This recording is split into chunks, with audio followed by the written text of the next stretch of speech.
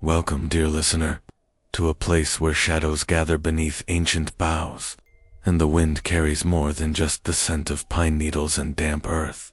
Close your eyes now, let your breathing slow, and allow yourself to drift into the depths of a forgotten woodland, where time moves differently, and the trees hold memories older than civilization itself.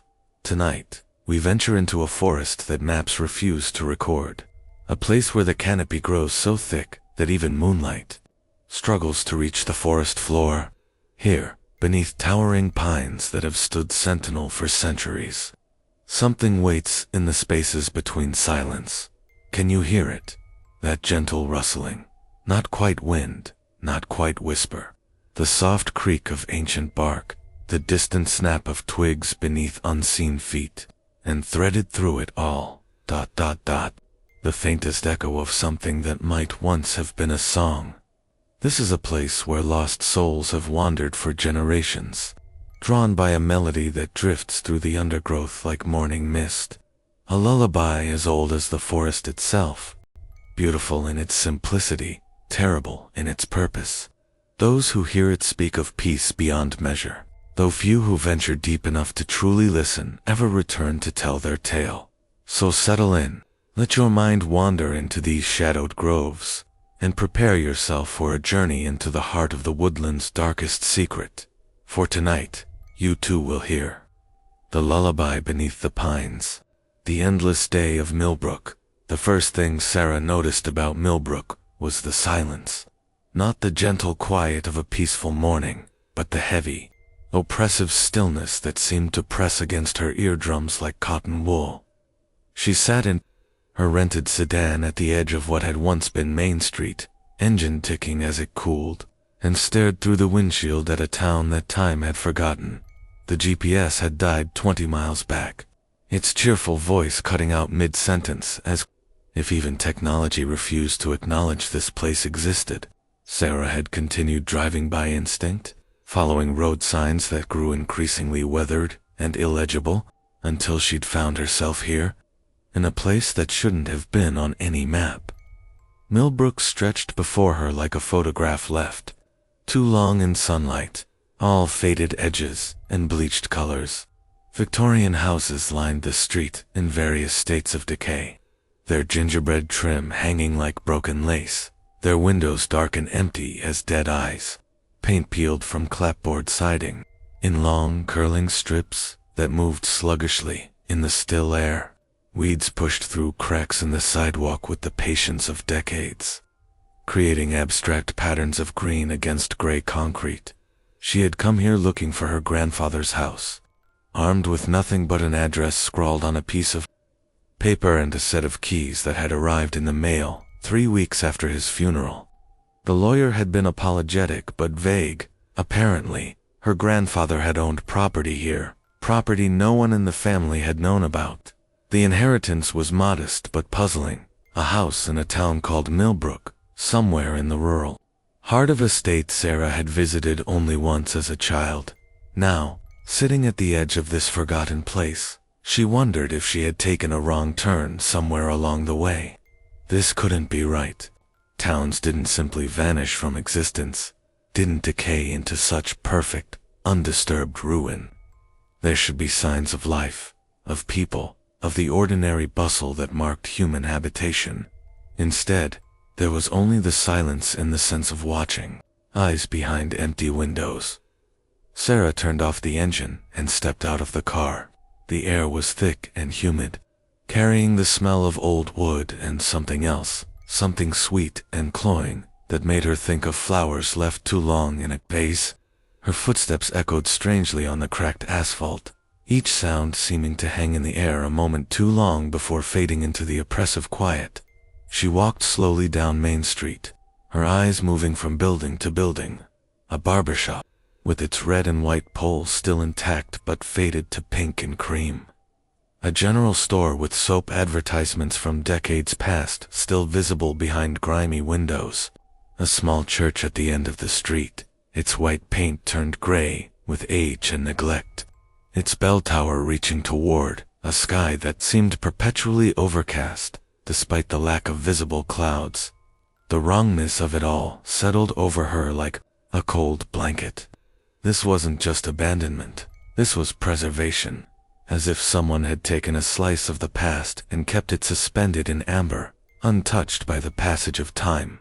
The decay was too uniform, too perfect. Real abandonment was messier, more chaotic. Real abandonment had vandalism and scavengers, broken windows and missing fixtures. This place felt more like a museum exhibit, a careful recreation of something that had never quite existed. Sarah pulled the piece of paper from her pocket and checked the address. Again, 47 Elm Street. She looked around for street signs and found them green metal rectangles that had somehow retained their color better than anything else in town. Elm Street branched off to the right, a narrow lane lined with larger houses set back from the road behind, overgrown gardens and wrought iron fences. The house she was looking for sat at the end of the street like a period at the end of a sentence. It was a two-story Victorian, painted a deep blue that had faded to the color of a bruise. Gingerbread trim decorated the eaves and porch, intricate scrollwork that must have taken craftsmen weeks to carve and install. The front yard was a tangle of rose bushes gone wild, their blooms a riot of color that seemed almost aggressive against the muted palette of the rest of the town. Sarah stood at the front gate, her hand resting on the cold metal latch. This was it, then, her grandfather's secret. She tried to remember him as he had been in life, a quiet man with kind eyes and gentle hands, who had taught her to identify birds and had always smelled of pipe tobacco and old books. He had never mentioned Millbrook, had never spoken of owning property anywhere but the small apartment where he had lived for the last 20 years of his life. The key turned easily in the front door lock, as if it had been oiled recently. The door swung open with a soft creak, revealing a hallway that stretched back into shadow. Sarah stepped inside, her footsteps muffled by a thick Persian rug that showed no signs of dust or neglect. The air inside was cool and dry, carrying the scent of old wood and something else, lavender, perhaps, or some other herb that had been dried and stored away decades ago. The house was furnished, she realized with a start, not just furnished, but lived in. A coat hung on a hook by the door, its fabric rich and well-maintained. Photographs lined the hallway walls, their faces clear and unobscured by time. She moved closer to examine them and felt a chill run down her spine. The photographs showed people in period dress, their poses formal and their expressions solemn, but the images were crisp and new, as if they had been taken yesterday rather than a century ago. The living room opened off to her right, dominated by a massive stone fireplace and furnished with heavy wooden pieces that belonged to an earlier era. A grandfather clock stood in one corner, its pendulum still and silent, its hands frozen at 3:17. Books filled built-in shelves along one wall, their leather bindings intact and gleaming. Sarah pulled one at random and opened it to the title page. The History of Millbrook, A Town Eternal by Edmund Blackwood, published in 1923. She flipped through the pages, scanning paragraphs that described the founding of the town, its early industries, its prominent families. The text was crisp and clear, the binding tight, as if the book had been printed yesterday. She turned to the index, looking for her grandfather's name, but found nothing. No Weatherby's listed anywhere in the book. A sound from upstairs made her freeze, a soft thud, as if something heavy had been set down on the floor. Sarah closed the book and listened, her heart beginning to beat faster.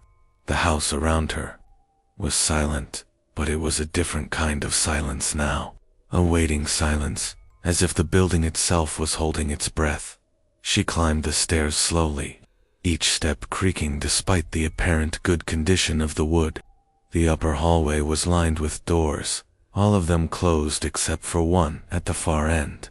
Afternoon light, though she couldn't recall seeing the sun since she'd arrived, streamed through the open doorway, casting a rectangle of gold across the dark carpet. The room beyond was a study, lined with more bookshelves and dominated by a massive oak desk. Papers were scattered across its surface, and Sarah moved closer to examine them. Maps, she realized.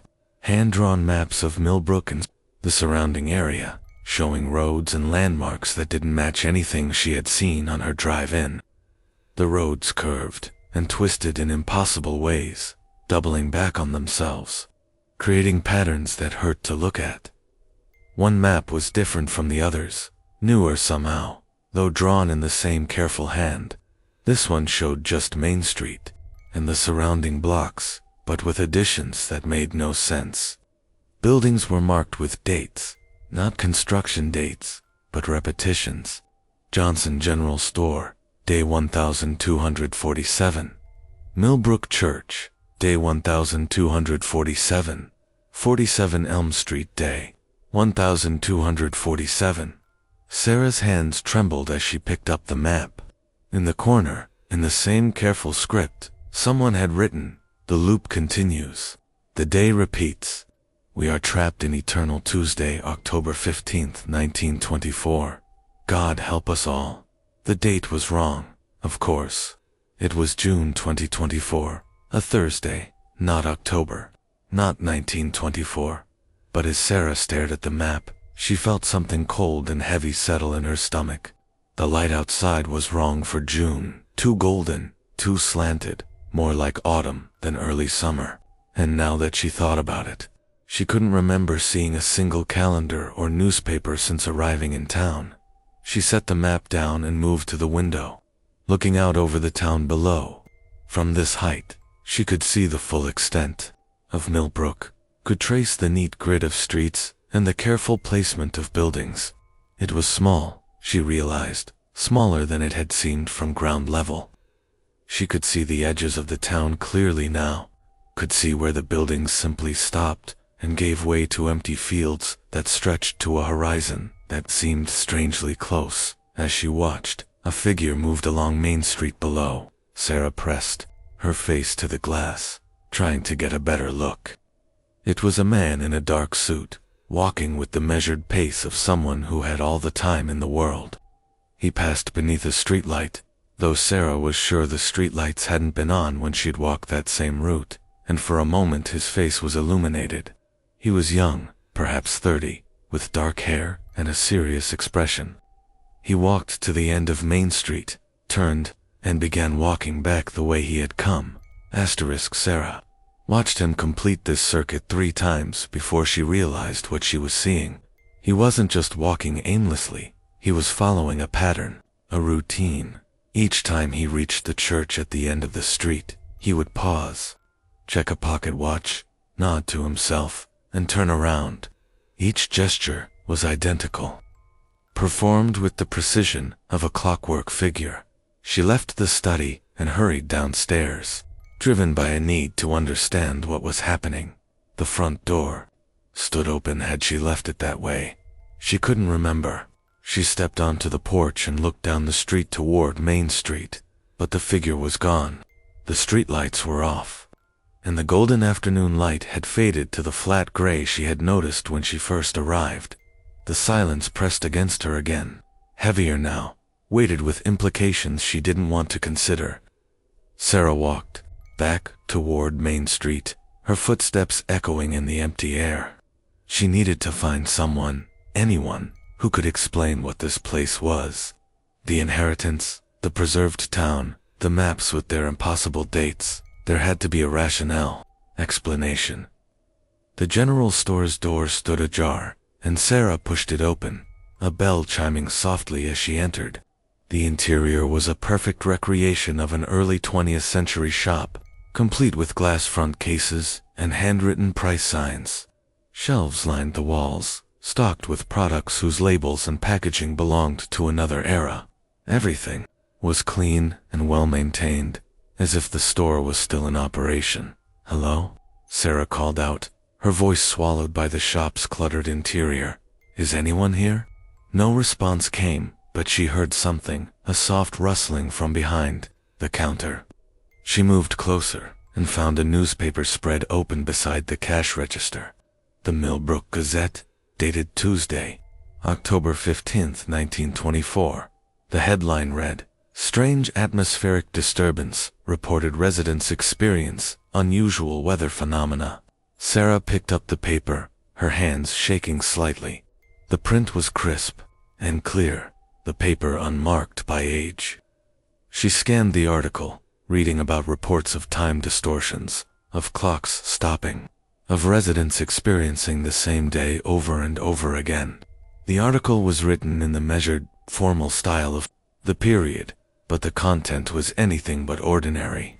Dr. Edmund Blackwood of the Millbrook Observatory reports that his instruments have detected significant temporal anomalies in the vicinity of the town. The article continued. Residents are advised to remain calm and report any unusual experiences to the authorities immediately. The rustling sound came again, and Sarah looked up to see a figure standing in the doorway that led to the store's back room.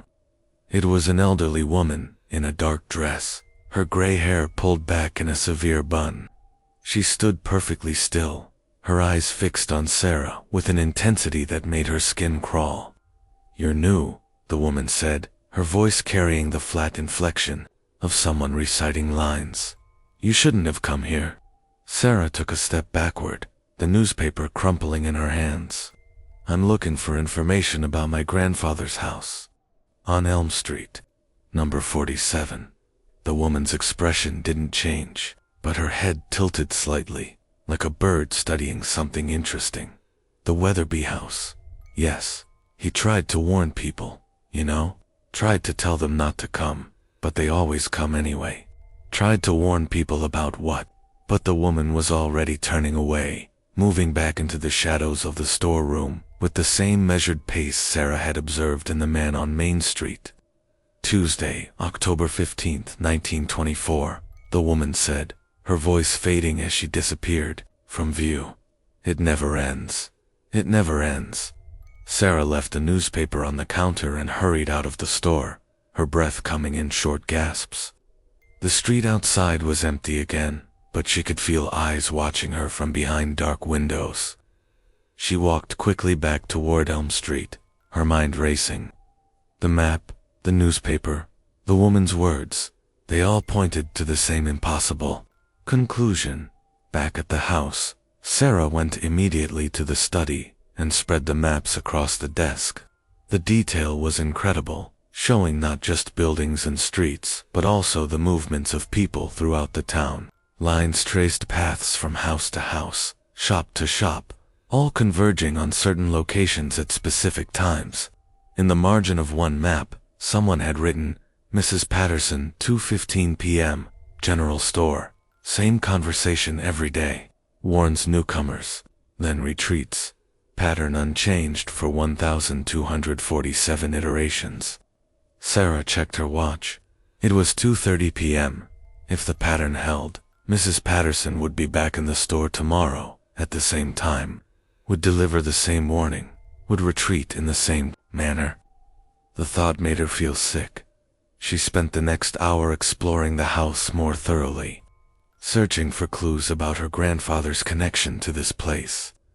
In the basement, she found a workshop filled with strange devices, clockwork, mechanisms of incredible complexity, their brass gears and crystal components arranged in patterns that seemed to shift when she wasn't looking directly at them. A workbench held plans and diagrams covered with equations she didn't recognize, mathematical formulas that dealt with concepts like temporal displacement and chronological anchoring. One device sat apart from the others, larger and more complex, its crystal components glowing with a soft blue light. A placard beside it read, "Temporal Stabilizer Prototype 7. Below that, in her grandfather's handwriting, "Sarah, if you're reading this, then I've failed to prevent what's coming. The stabilizer is the key. Find the source of the anomaly, and use this to break the loop. But be careful, each day you spend here, each iteration you experience, makes it harder to leave. The town wants to keep you. It needs you. Don't let it." The implications hit her like a physical blow. Her grandfather hadn't just owned property in Millbrook, he had been trying to save it, to break whatever force was holding the town in its eternal Tuesday. And now, somehow, that responsibility had fallen to her. Sarah climbed back upstairs as the afternoon light began to fade. From the living room windows, she could see the town settling into evening routines that probably hadn't changed in a century. Lights came on in windows, casting warm rectangles of gold onto the empty streets.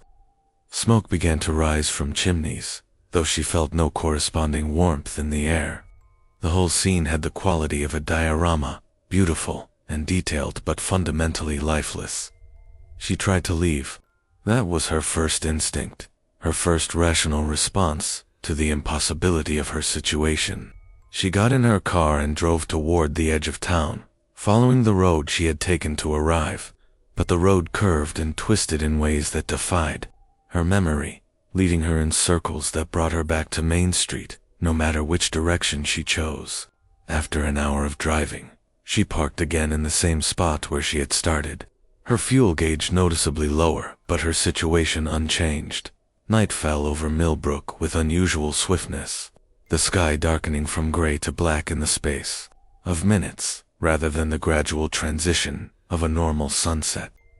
Stars appeared overhead, but they were wrong too. Too bright, too close, arranged in patterns that didn't match any constellations Sarah knew.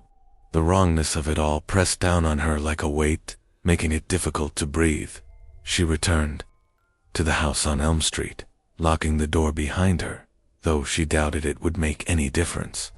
The house felt different at night, more alive somehow, as if the darkness had awakened something that slept during the day. Floorboards creaked overhead with no apparent cause.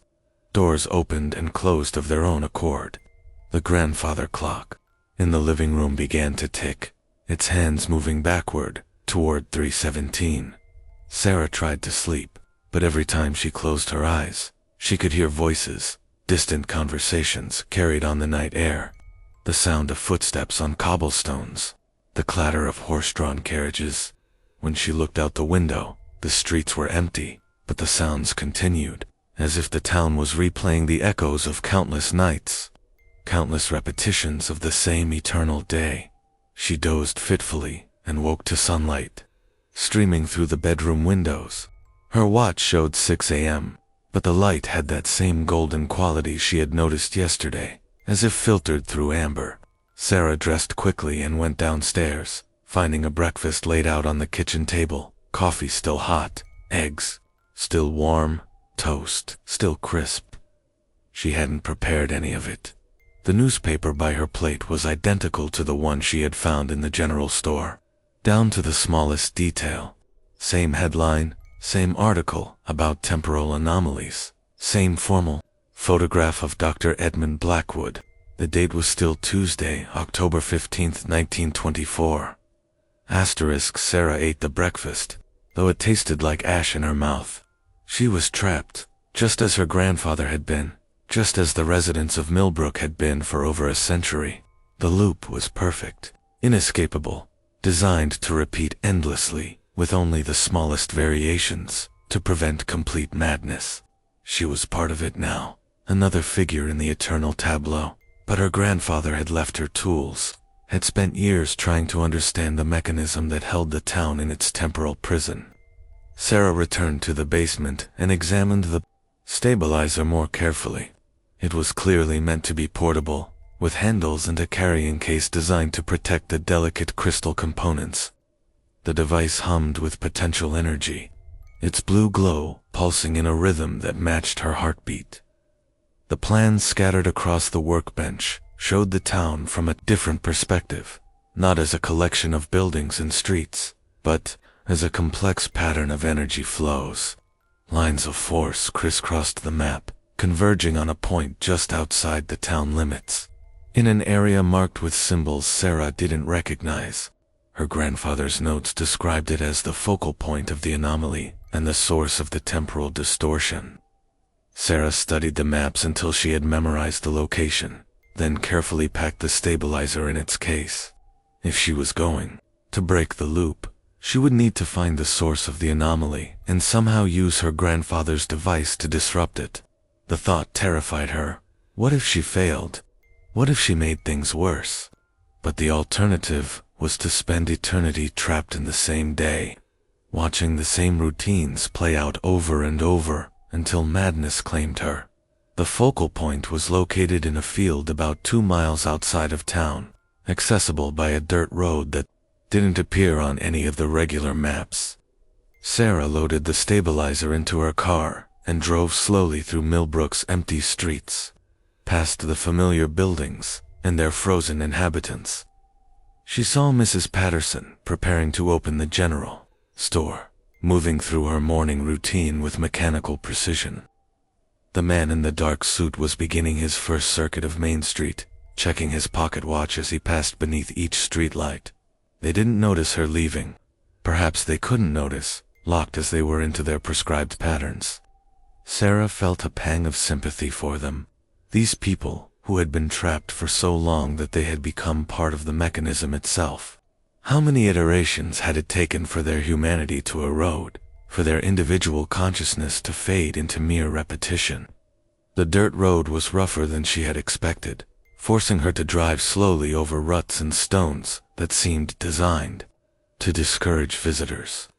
The landscape around her was flat and featureless, empty fields that stretched to the horizon under that perpetual overcast sky. She drove for 20 minutes before she saw it, a structure rising from the earth like a geometric tumor, all sharp angles and impossible surfaces that hurt to look at directly. Sarah parked as close as she dared and approached on foot, carrying the stabilizer in its protective case.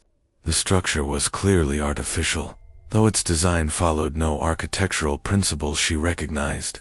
It seemed to exist in more than 3 dimensions, its surfaces folding in on themselves in ways that made her eyes water.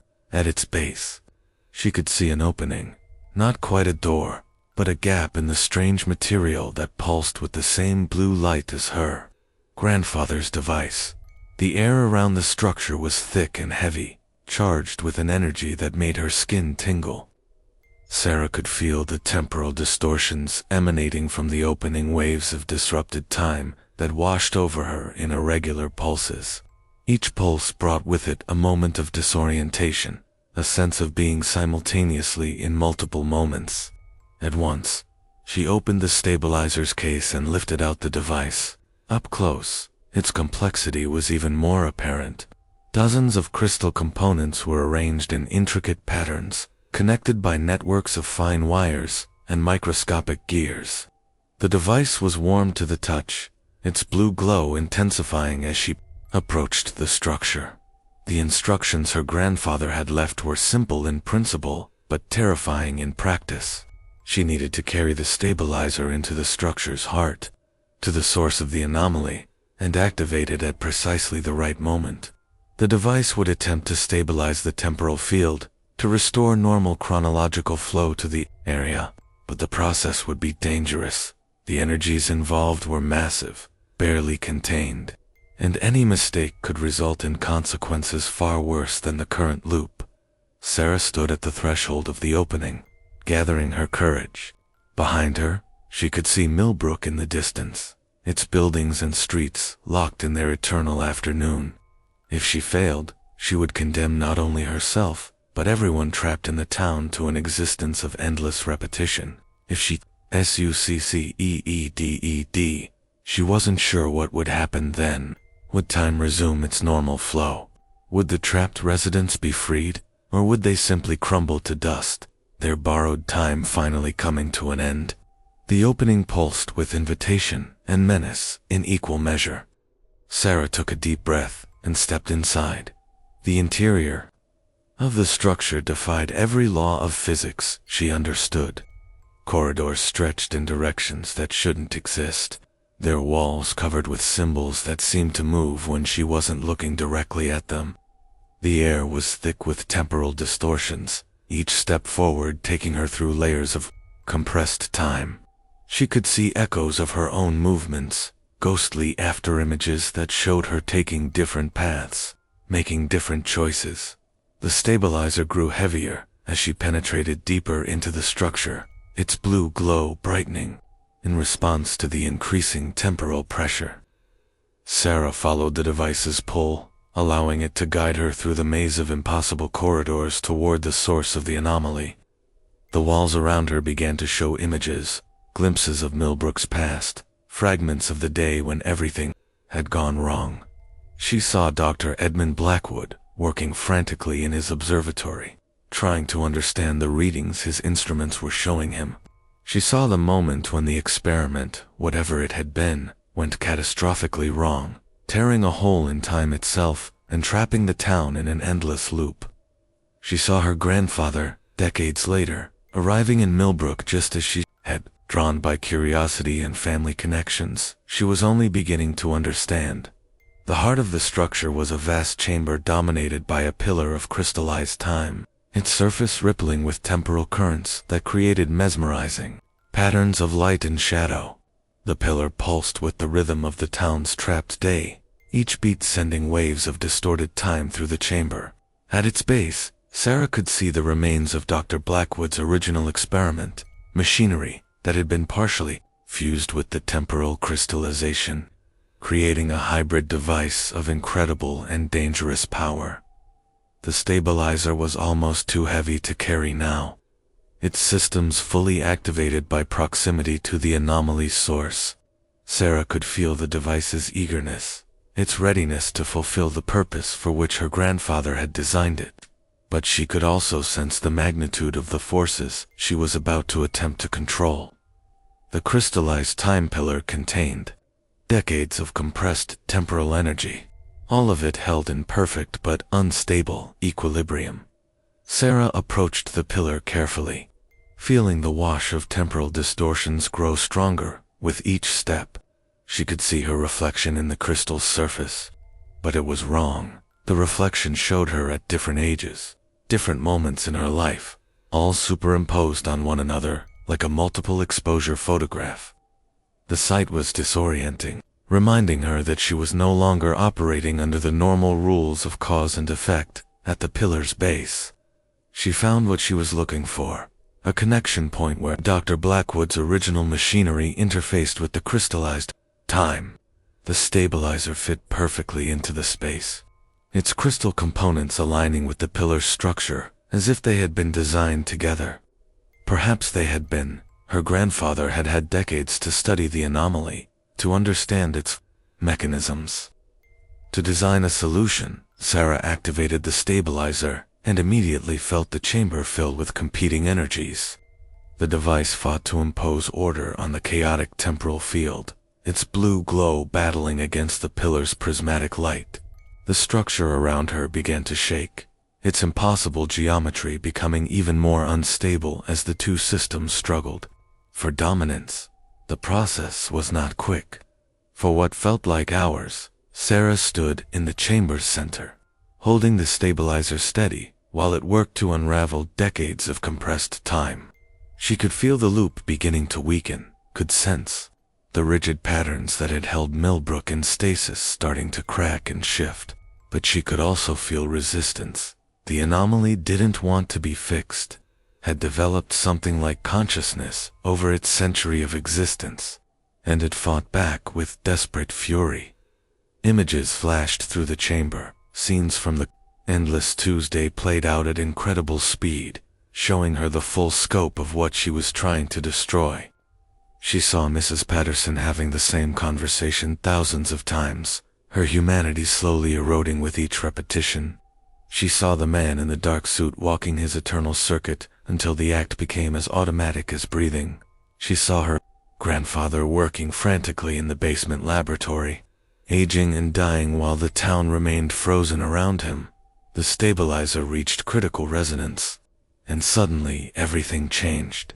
The chamber filled with blinding light as the temporal crystal began to crack, its stored energy bleeding out in waves that washed over Sarah like a physical force. She held on to the device with desperate strength, feeling the enormous pressures, trying to tear it from her grasp. The structure around her was coming apart, its impossible architecture collapsing as the forces that maintained it were disrupted.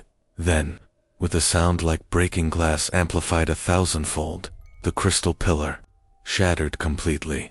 The chamber filled with fragments of crystallized time, each shard containing moments and memories from the trapped day. Sarah felt herself caught in the explosion of temporal energy, pulled in a dozen different directions as cause and effect reasserted themselves around her. She found herself back in the field outside Millbrook, standing beside her car with the empty stabilizer case at her feet. The strange structure was gone, leaving only a circular patch of scorched earth to mark where it had stood. The sky above her was clear and blue, with real sunlight streaming down from a sun that moved with natural rhythm across the heavens. Sarah looked toward the town and felt her heart sink. Millbrook was still there, but it was different now, truly abandoned, truly empty. The buildings showed genuine signs of decay, their paint faded by weather rather than time distortion, their windows broken by natural forces rather than preserved in artificial stasis. There was no movement in the streets, no lights in the windows, no signs of life at all. She drove slowly through the town, observing the changes. The general store was empty, its shelves bare and its floor covered with dust. The church at the end of Main Street had partially collapsed, its bell tower leaning at a dangerous angle. The house on Elm Street, her grandfather's house, was a ruin, its roof caved in and its walls crumbling. But in the basement, miraculously preserved, Sarah found a journal that her grandfather had left behind. The final entry, dated just days before his death, explained what she had discovered in the chamber. The loop is broken, but at a cost. The people of Millbrook were sustained by the temporal anomaly. Without it, they have returned to their natural state. They died in 1924, and now they rest as they should have all along. Sarah, if you are reading this, then you have succeeded where I failed. The town is free, and so are its people. But the price of freedom is sometimes death, and the price of life is sometimes imprisonment. I pray that you can live with what you have done, as I have had to live with what I failed to do. Sarah closed the journal and looked around the ruined basement. Her grandfather had lived with the knowledge that saving Millbrook would mean killing its inhabitants all over again, that breaking the loop would release not living people, but the ghosts of those who had died a century ago. He had been unable to make that choice, had instead spent his remaining years maintaining the stabilizer and hoping someone else would have the courage he lacked. The weight of what she had done settled over her like a blanket. She had saved no one, had simply allowed the dead to finally rest, had traded a terrible kind of existence for the peace of non-existence.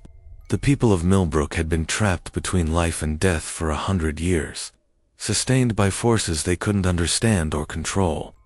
In breaking the loop, she had released them from their prison, but she had also condemned them to the fate they had originally escaped. Sarah spent 3 more days in Millbrook, walking through its empty streets and trying to understand the full implications of her actions. She found graves in the town cemetery, headstones dating to 1924 that were now weathered and worn as they should have been. She found records in the ruins of the town hall, documenting the deaths that had occurred during Dr. Blackwood's experiment. The official cause was listed as atmospheric disturbance, but Sarah knew the truth now. They had all died when the temporal anomaly was first created, their consciousness caught in the loop, even as their bodies turned to dust. On the 4th day, she packed her few belongings and prepared to leave. There was nothing left for her in Millbrook now, no inheritance to claim, no mystery to solve, no people to save. The town would continue to decay at its natural rate, would eventually be reclaimed by the forest and the field, would become nothing more than a footnote in local history. But as she drove away, Sarah carried with her the memories of what she had seen in the chamber, the faces of the people she had both saved and condemned, the weight of choices that had no right answers, the terrible responsibility that came with the power to change the course of events. She understood now why her grandfather had been unable to act, why he had chosen to maintain the loop rather than break it. Some prisons were also sanctuaries, and some freedoms were indistinguishable from death. The road out of Millbrook was straight and clear, leading back to the world of normal time and natural causation. Sarah's GPS came back to life as she drove, its cheerful voice resuming its directions as if nothing unusual had happened. But she would carry Millbrook with her always, would remember the town where time stood still and the people who had lived in the spaces between seconds. In her rearview mirror, she could see the town growing smaller in the distance, its buildings fading into the landscape like a mirage. Soon there would be nothing left to mark its location but a few ruins and some old records in a county courthouse. The story of Millbrook would become local legend, then forgotten history, then nothing at all. But Sarah would remember. She would remember the silence that pressed against her eardrums, the golden light that filtered through an eternal afternoon, the faces of people who had been trapped between heartbeats for a century. She would remember the weight of the stabilizer in her hands, the moment when she chose to break a prison that was also a sanctuary, the sound of crystallized time shattering into fragments of memory and regret. The endless day was over. Time moved forward again, carrying the living toward uncertain futures and the dead toward peaceful rest. And in a field where an impossible structure had once stood, the earth slowly healed itself, growing grass and wildflowers over the scorched circle where temporal forces had once bent reality into impossible shapes. Sarah drove toward the horizon, toward the rest of her life, carrying with her the knowledge that some choices had no good outcomes, only necessary ones. Behind her, Millbrook faded into history, its people finally free from the loop that had held them, finally able to rest in the peace they had been denied for so long. The town where Tuesday lasted forever was gone. In its place was only memory, and the weight of decisions that would follow her for the rest of her days. Sarah drove on, leaving the past behind her, but carrying its lessons forward into an uncertain but natural future, where time flowed as it should and the dead stayed buried, and the living had to find their own way through the endless succession of days that stretched ahead in the silence of her car, with the GPS voice guiding her back to the world she knew.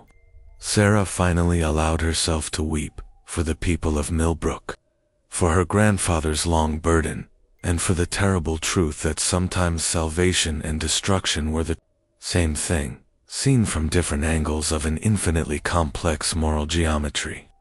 The tears fell as the miles passed, each drop carrying away a fragment of the guilt and sorrow that would always be part of her story now.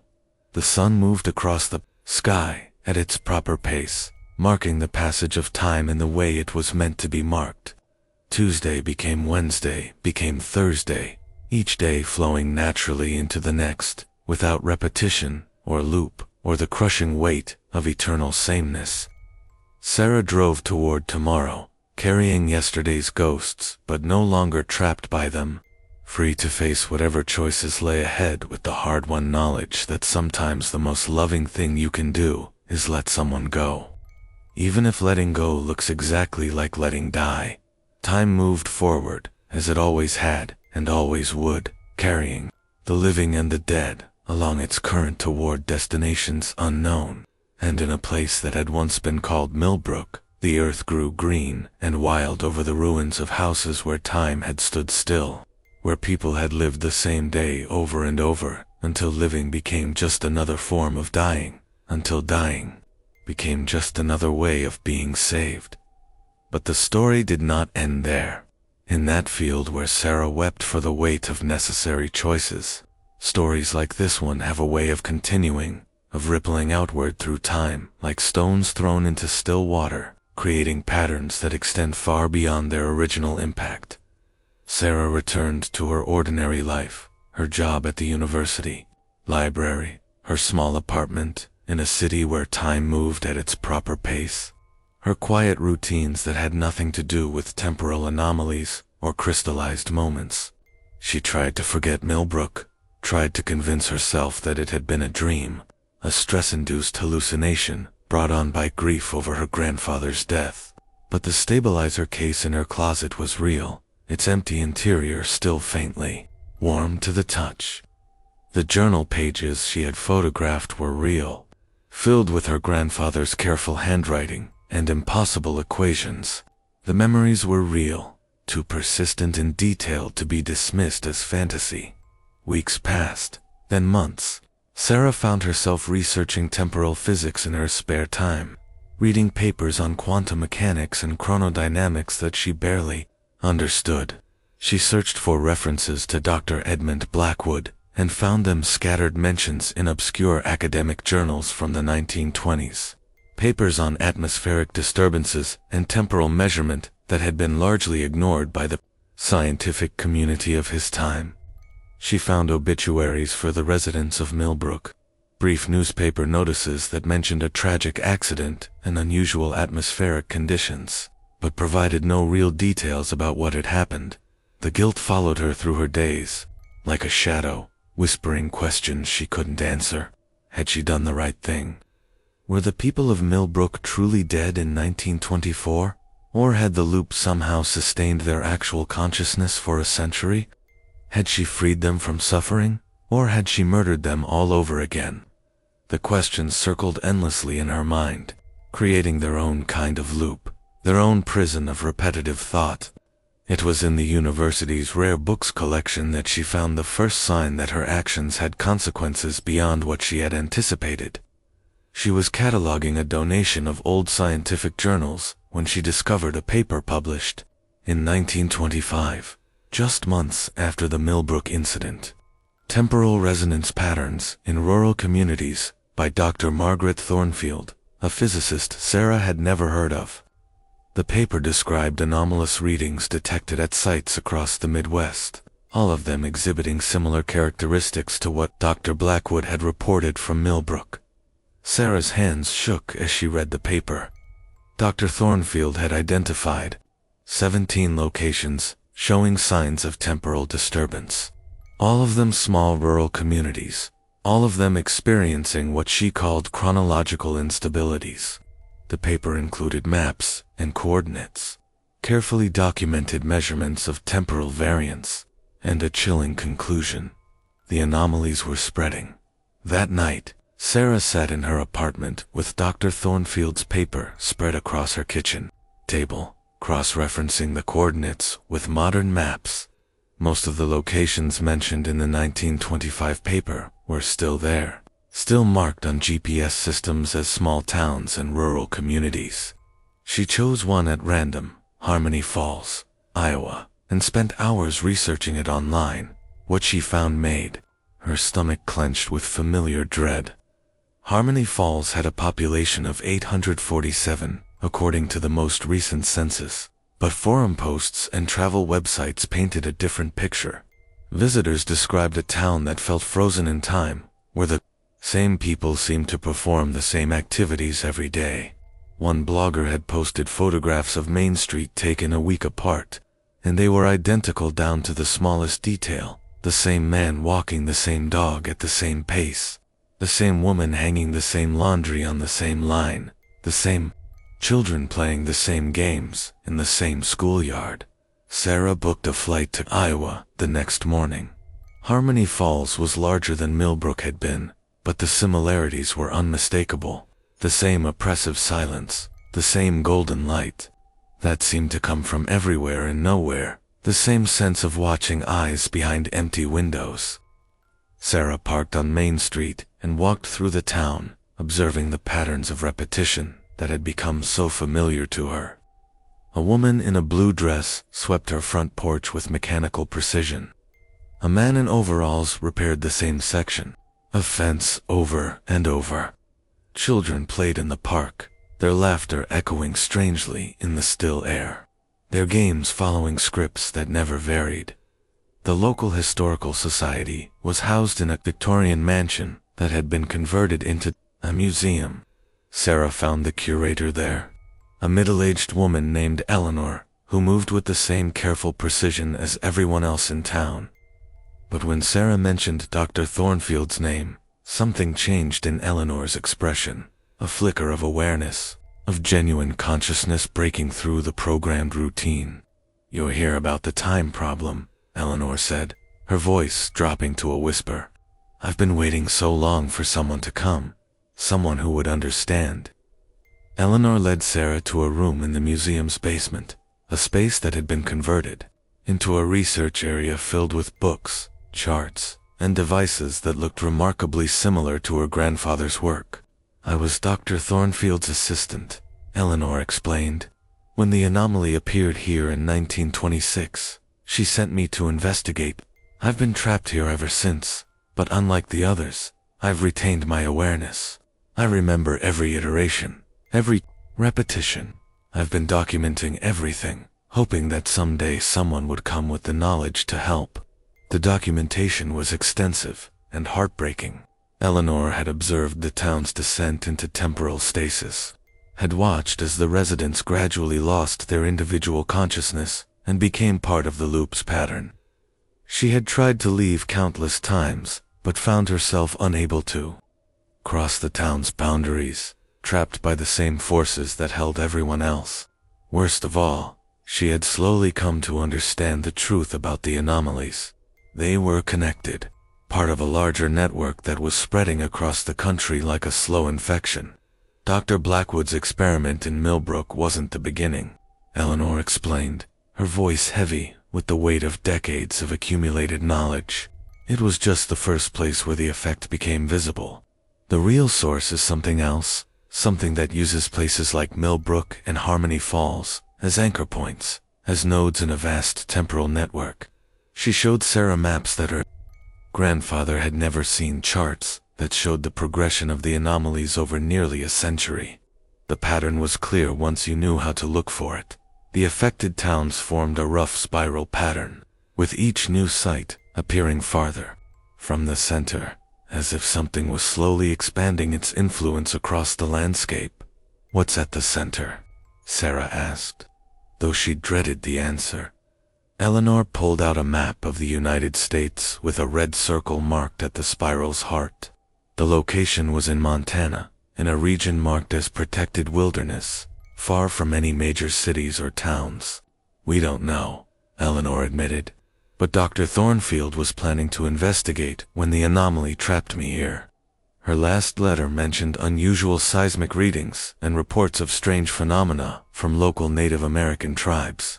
Sarah stared at the map, feeling the weight of a responsibility she hadn't asked for settling on her shoulders once again.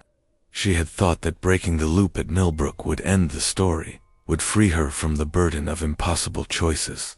Instead, she had stumbled onto something far larger and more complex than she had imagined. "Can you break this loop?"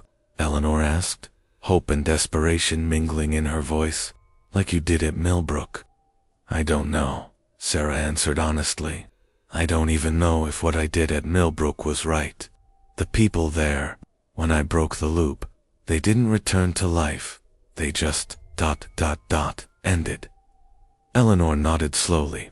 "I know. I can feel them sometimes. The consciousness that used to animate the other residents here. It's fading year by year, becoming more like an echo than actual awareness. Maybe ending would be a mercy."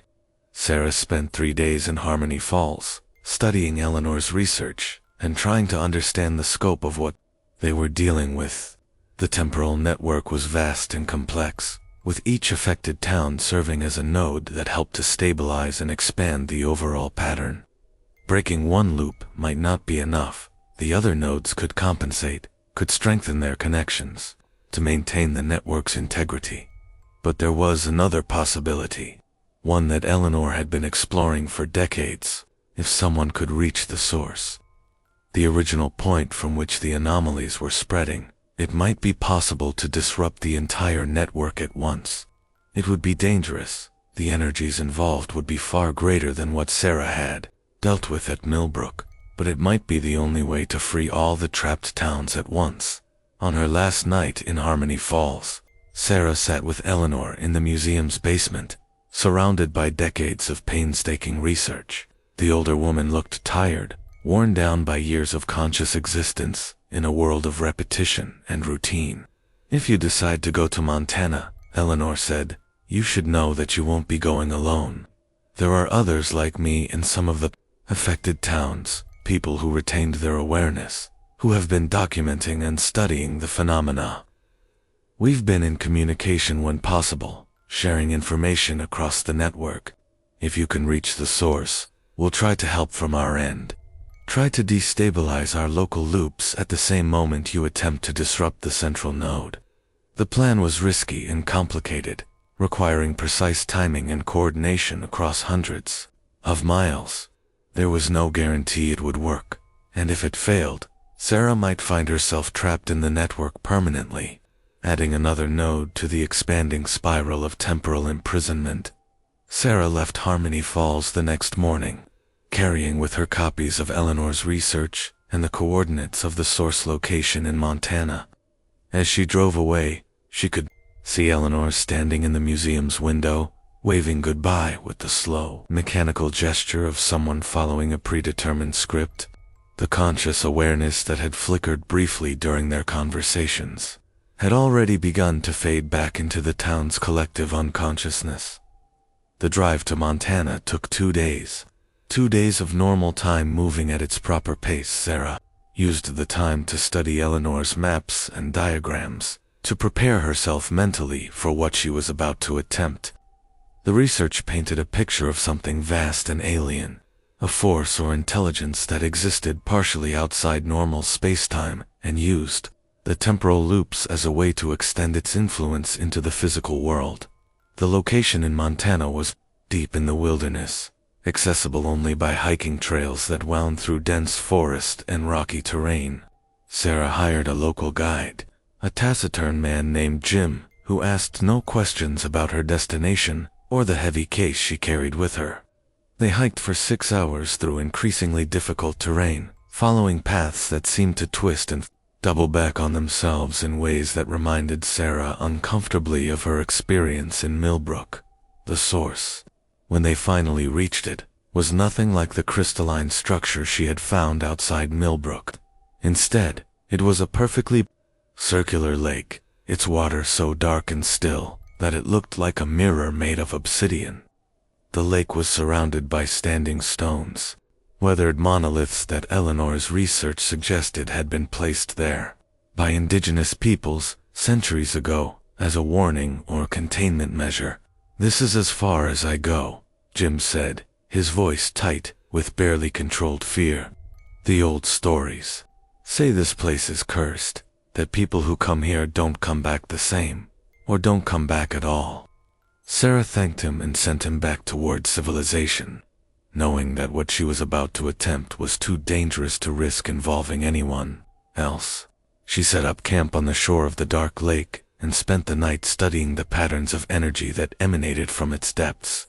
The stabilizer she had brought, a new one, built using her grandfather's designs and Eleanor's modifications, detected massive temporal distortions centered beneath the water's surface. As dawn approached, Sarah prepared herself for what she knew might be her final act. She had left letters for her family and friends, explanations that they would probably never believe, but that she felt obligated to provide. She had documented everything she had learned about the temporal network, uploading the information to secure servers, where it might someday be found by others who could continue the work if she failed.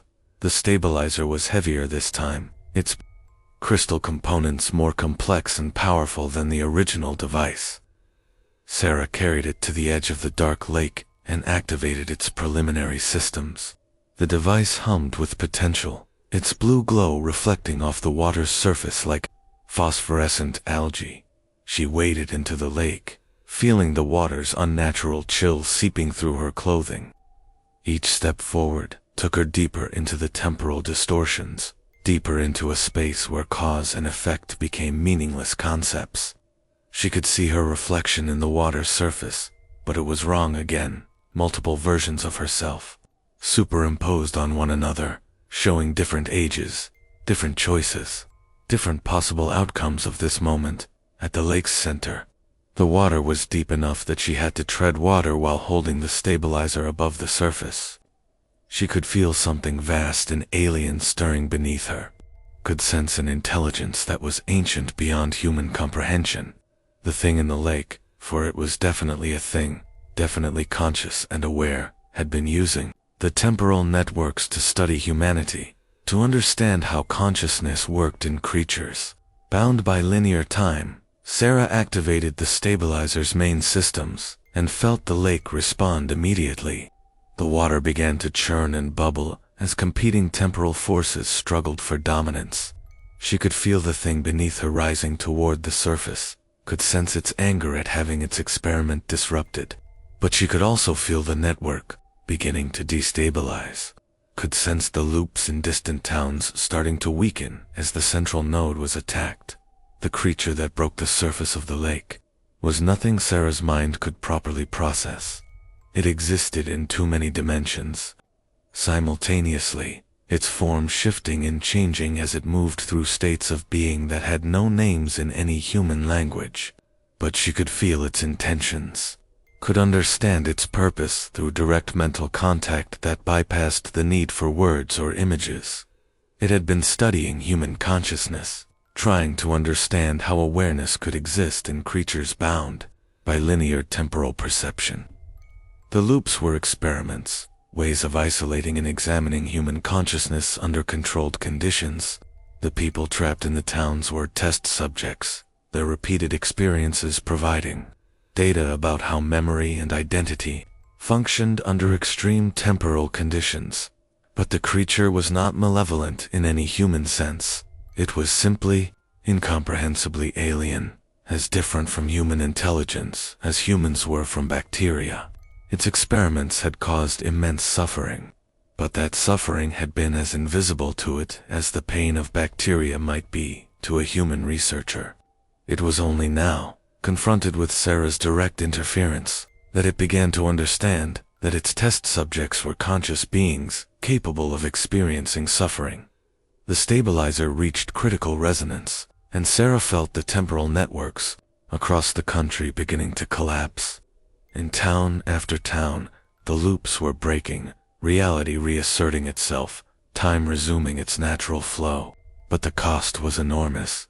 Each broken loop released decades of stored temporal energy, creating shockwaves that rippled across the fabric of space-time itself. Sarah felt herself being pulled in different directions as the network collapsed, her consciousness scattered across multiple temporal streams. She experienced moments from her past and future simultaneously, lived through possible versions of her life that branched and diverged in fractal patterns of infinite complexity. For an instant that lasted forever, she understood what it was like to perceive reality the way the creature did, to exist outside the flow of linear time. Then the stabilizer overloaded completely, its crystal components shattering as they released all their stored energy at once. The explosion of temporal force was visible from space, a pillar of distorted light that rose from the Montana wilderness and touched the edge of the atmosphere. When it faded, the dark lake was gone, replaced by a perfectly ordinary mountain pond that reflected the sky with natural clarity. Sarah found herself on the shore, soaked and exhausted, but alive. The stabilizer case floated nearby, its contents reduced to glittering fragments of crystal and twisted metal. She could feel the absence where the temporal networks had been, could sense the sudden silence from dozens of towns as their loops finally ended after nearly a century of repetition. She stayed by the pond for 3 days, recovering her strength and waiting for rescue. Jim found her eventually, drawn by reports of strange lights in the wilderness. He helped her hike back to civilization, asking no questions about what had happened or why she looked like she had aged years in the space of a few days. The aftermath was visible to anyone who knew how to look for it. Small towns across the Midwest suddenly became truly abandoned, their buildings aging decades in a matter of days as natural time reasserted itself. News reports spoke of atmospheric disturbances and unusual seismic activity, but few people connected these scattered events to any larger pattern. Sarah returned to her ordinary life, but it was different now. She carried with her the memory of existing outside linear time, of understanding reality from the perspective of a creature that lived in all moments simultaneously. The experience had changed her in ways she was still discovering, had given her a perception of time that was fundamentally altered. She continued her research, documenting what she had learned about the temporal networks and the creature that had created them. She established a foundation dedicated to monitoring temporal anomalies, to watching for signs that such experiments might begin again, because she understood now that Earth was not the only world the creature had visited, not the only place where consciousness had been studied and catalogued. Sometimes, late at night, Sarah would stand by her window and look up at the stars, wondering what other experiments might be taking place out there in the vastness of space. She had ended one research project, had freed the subjects of one vast study of consciousness and time. But the creature she had encountered was ancient and patient, and she suspected that its curiosity about the nature of awareness was far from satisfied. The towns that had been trapped in temporal loops slowly returned to normalcy, their populations either dying naturally as their borrowed time ran out, or adapting to the resumption of linear existence. Some, like Eleanor, had difficulty adjusting to a world where time moved forward again, where each day brought genuine change and possibility. Others found peace in the return to natural time, finally able to age and grow and change as they were. Sarah visited some of these towns in the months that followed, checking on their recovery and documenting the long-term effects of temporal imprisonment. She found that the experience had left marks on everyone who had lived through it, a heightened awareness of time's passage, a deep appreciation for the simple fact that each moment led naturally to the next, an understanding that consciousness and memory were more fragile and precious than most people ever realized. In Harmony Falls, she found Eleanor working to convert the museum's basement research area into a memorial for those who had died when the loops ended. The older woman had aged visibly in the months since their last meeting, but there was a peace in her expression that hadn't been there before. Was it worth it? Eleanor asked, as they stood among the exhibits documenting the town's century of temporal imprisonment. All the suffering we endured, all the lives that were lost when the loops ended, was the knowledge we gained worth that price? Sarah considered the question carefully before answering.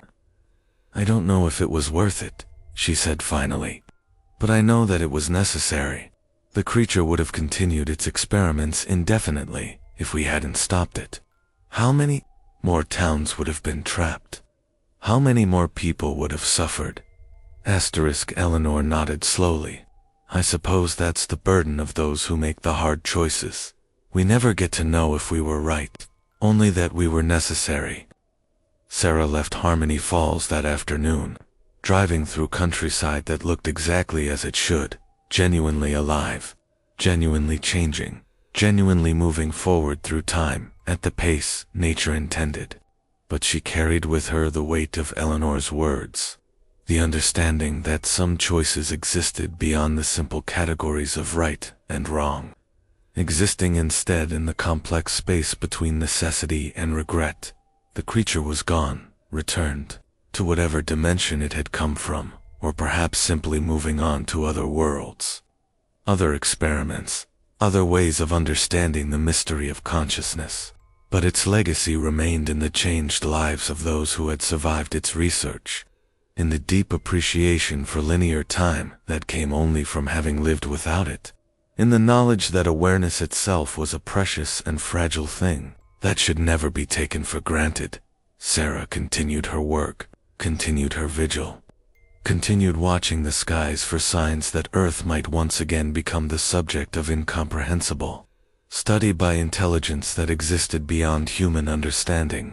She had learned that the universe was far stranger and more dangerous than she had ever imagined. But she had also learned that human consciousness was resilient, that awareness could survive even the most extreme conditions, that the simple fact of existing in linear time was itself a kind of miracle. And in the quiet moments between her research and her vigil, she sometimes allowed herself to remember the sensation of existing outside time, of perceiving reality from a perspective that was not bound by the arrow of causation. It was a terrible and wonderful memory, a glimpse of existence from a point of view that no human was meant to possess, a reminder that consciousness itself was far more mysterious and complex than anyone had ever suspected. The story of Millbrook and the temporal networks had ended, but the larger story of consciousness and time continued, would always continue. As long as thinking beings existed to wonder about the nature of their own awareness, Sarah had played her part in that larger story, had made her choices, and lived with their consequences, had carried the burden of decisions that would echo through time, long after she was gone. But time moved forward, as it always had, and always would, carrying the living and the dead along its current toward destinations that remained forever unknown, forever mysterious, forever worthy of the attention of any intelligence capable of recognizing the miracle of its own existence. And so, the forest keeps its secrets still. The pines continue their ancient vigil, swaying gently in winds that carry more than just the scent of earth and moss. Somewhere, in the spaces between shadow and moonlight, that melody drifts on. You've walked these forgotten paths with us tonight, dear listener. You've heard the whispers that echo through the undergrowth, felt the pull of something both beautiful and terrible. The lullaby may have ended, but does it ever truly leave those who have listened? Take a moment now to breathe in the quiet that follows. Let the stillness settle around you like a soft blanket, carrying with it the lingering echoes of our journey into the deep woods. If this tale has drawn you into its embrace, if you found yourself lost among these shadowed groves, we invite you to leave a gentle mark of your passage. A quiet like, perhaps, a whispered subscription to join us for future wanderings into the unknown. Share this story with those who appreciate the beauty found in darkness, who understand that the most haunting melodies are often the most memorable. Our forest of stories grows deeper with each telling. Return when sleep calls to you again, and we'll guide you down different paths, through other forgotten places where shadows dance and ancient things stir. There are so many whispers yet to share, so many lullabies waiting to be heard, until we meet again in the realm of dreams and shadow. Rest well, wanderer, but tell me, now that the story has ended, can you still hear it? That faint, beautiful melody, drifting just beyond the edge of hearing.